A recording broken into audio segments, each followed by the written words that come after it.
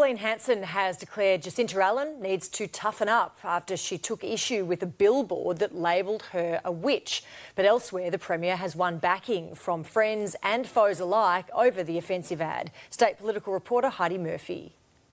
Ads with Jacinta Allan in a witch's hat have been in high rotation, with brothel posters on this truck for months. Now there's high-level demands for them to go. Hey there, legends. Welcome back to the channel, where we dive into Aussie politics with a smile, a chuckle and zero fairy dust. Today we're talking witches, billboards and a whole lot of political broomstick drama in Victoria. That's right, the Ditch the Witch campaign targeting Premier Jacinta Allan has the whole country buzzing. Is it nasty sexism, fair dinkum frustration, or just election season gone wild? We'll break it down word by word, keep it light-hearted but dead truthful, name the winners and losers, chat about what it means for everyday Aussies, and ask if the government's playing fair. Grab a Tim Tam, settle in. This one's going to be at least 10 minutes of pure entertainment. Let's hop on the broom. Bus.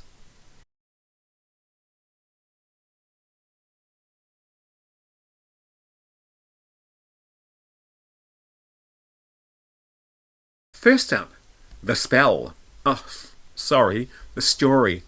Just a few days ago, a flashy billboard truck rolls through Melbourne CBD. It shows Premier Jacinta Allan with a big pointy witch hat on, screaming, "Ditch the witch," in bold letters. Not exactly subtle, is it? This revives the exact slogan used against Julia Gillard back in the day during the carbon tax wars. History rhymes, folks. Sometimes with a cackle. The campaign cost around about $105,000, funded by local businesses, including the owner of Gotham City Brothel in South Melbourne. He and others are fed up with crime rates, government mismanagement and community safety issues. They say it's not about gender, it's about results or lack thereof. Jacinta Allan's response, playing the gender card or legit call-out. Now, Premier Allan didn't stay silent.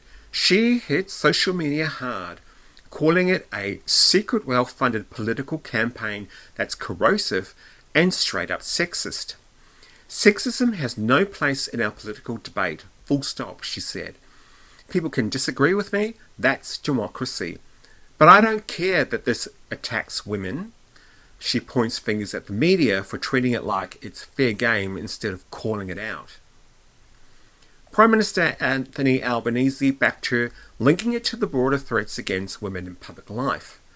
Julia Gillard jumped in too, no surprise, given her history with the same slur.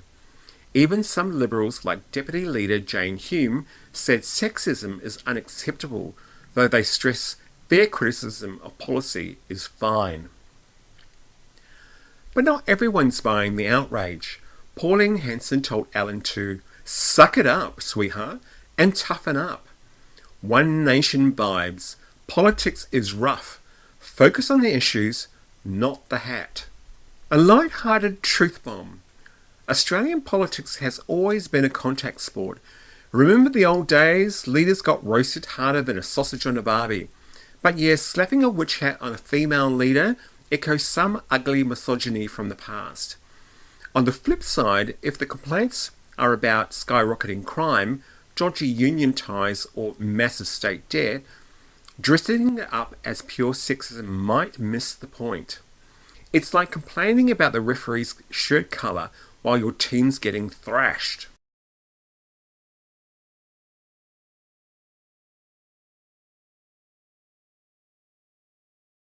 Why is the media ditching or amplifying this? Outlets like Herald Sun covered the billboard prominently. Some say they ran with the slogan in copy. The Age and others highlighted the founders and the backlash. Mainstream coverage has been huge because it's visual, controversial, and election season. Victoria votes November 28th. Allan accused media of normalising it. Truthfully, Media loves drama. A witch billboard? Ratings gold.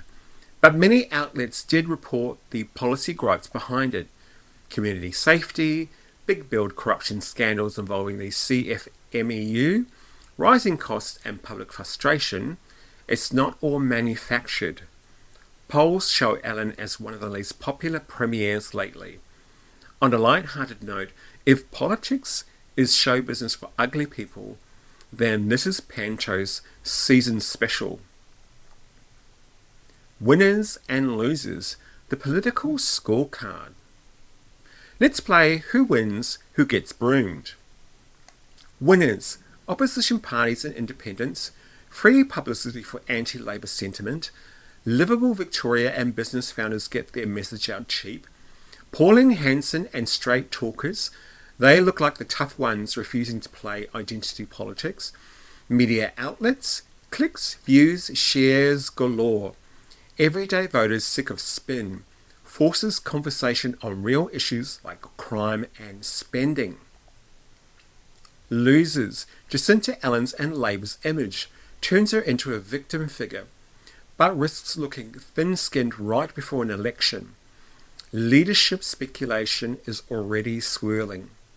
Women's in politics broadly. If every tough critic gets labelled sexist, it might deter some from entering or making genuine misogyny harder to spot. Taxpayers, $105,000 on billboards, but Victoria's got bigger bills, state debt, infrastructure overruns, etc. Civil debate, name-calling distractions from boring but more important stuff like budgets and accountability. What does this mean for the future of Victorians and Aussies? Victoria's been a Labor stronghold, but cracks are showing.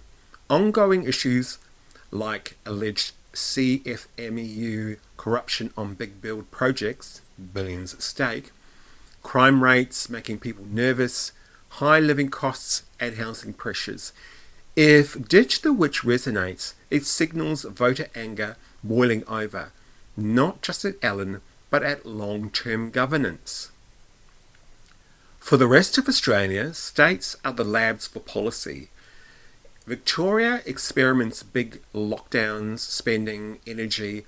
If frustration leads to change, it could ripple nationally. Future leaders might think twice about tough reforms or double down on playing defence with identity. On a positive spin, democracy works when people speak up. Billboards, protests, votes, that's Aussie freedom. But if it descends into constant personal attacks, good people, men and women, avoid public life. We all lose when Parliament becomes a cauldron of nastiness instead of ideas. Is the government ensuring fair measures? If not, why? The big question is the Allan government and broader Labor doing everything to ensure measures are fair. On the campaign, they condemned the sexism loud. Fair enough if it crosses the lines, but critics say they're quicker to cry misogyny than fix underlying problems. Examples: handling of union scandals, transparency on spending, or responding to business concerns that funded the billboards. Why not fully fair? Politics everywhere rewards division. Labor benefits from strong union ties, exemptions in donation laws noted in coverage. Playing the gender card rallies, the base and shifts focus from polls showing deep unpopularity. It's human nature. Deflection, don't dwell, but truth-seeking Aussies see through spin. Governments should debate policy hammer and tongs, not just the messenger's wardrobe. On a light-hearted take, if your house is on fire, arguing with the firefighter's hat colour won't put it out. Victorians want safer streets, affordable living and competent delivery. Which or no which? Imagine if the billboard said ditch the bloke for a male premier. Would it get the same outrage? probably less. Double standards exist on all sides, and calling them out keeps everyone honest. What's been the public reaction online? Well, it's been mixed bag. Some furious at the misogyny, others finally, someone is saying it for the future. Next election will test this stuff moves votes. Allan faces leadership chatter already. A change could reset Victoria or just swap brooms. Advice for leaders: toughen up, address the gripes head on. For voters, look past the theatrics to the track record. Crime stats, debt numbers, service delivery, that's the real crystal ball. Wrapping this up, folks, the Ditch the Witch saga is classic Aussie politics. Part serious debate, part circus. The media amplified it because it's spicy. Allan called out sexism because it stings. Businesses funded it because they're frustrated. Winners are those forcing accountability. Losers are anyone dodging the hard questions. For the future of Australians, especially Victorians, stay engaged, demand better from all sides. Fairness means criticising ideas harshly but respecting the person. No one deserves a witch hunt, but no government deserves a free pass either. So, what do you think? Sexism attack or fair frustration? Drop your thoughts in the comments. Keep it civil, or the algorithm might turn us into toads. Like, subscribe, hit the bell for more balanced, fun breakdowns. Share with a mate who's into politics or just loves a good yarn. Thanks for watching. Stay truthful, stay light-hearted, and may your politics be less dramatic than Melbourne's Billboard. I'm out. No broomsticks needed. Cheers.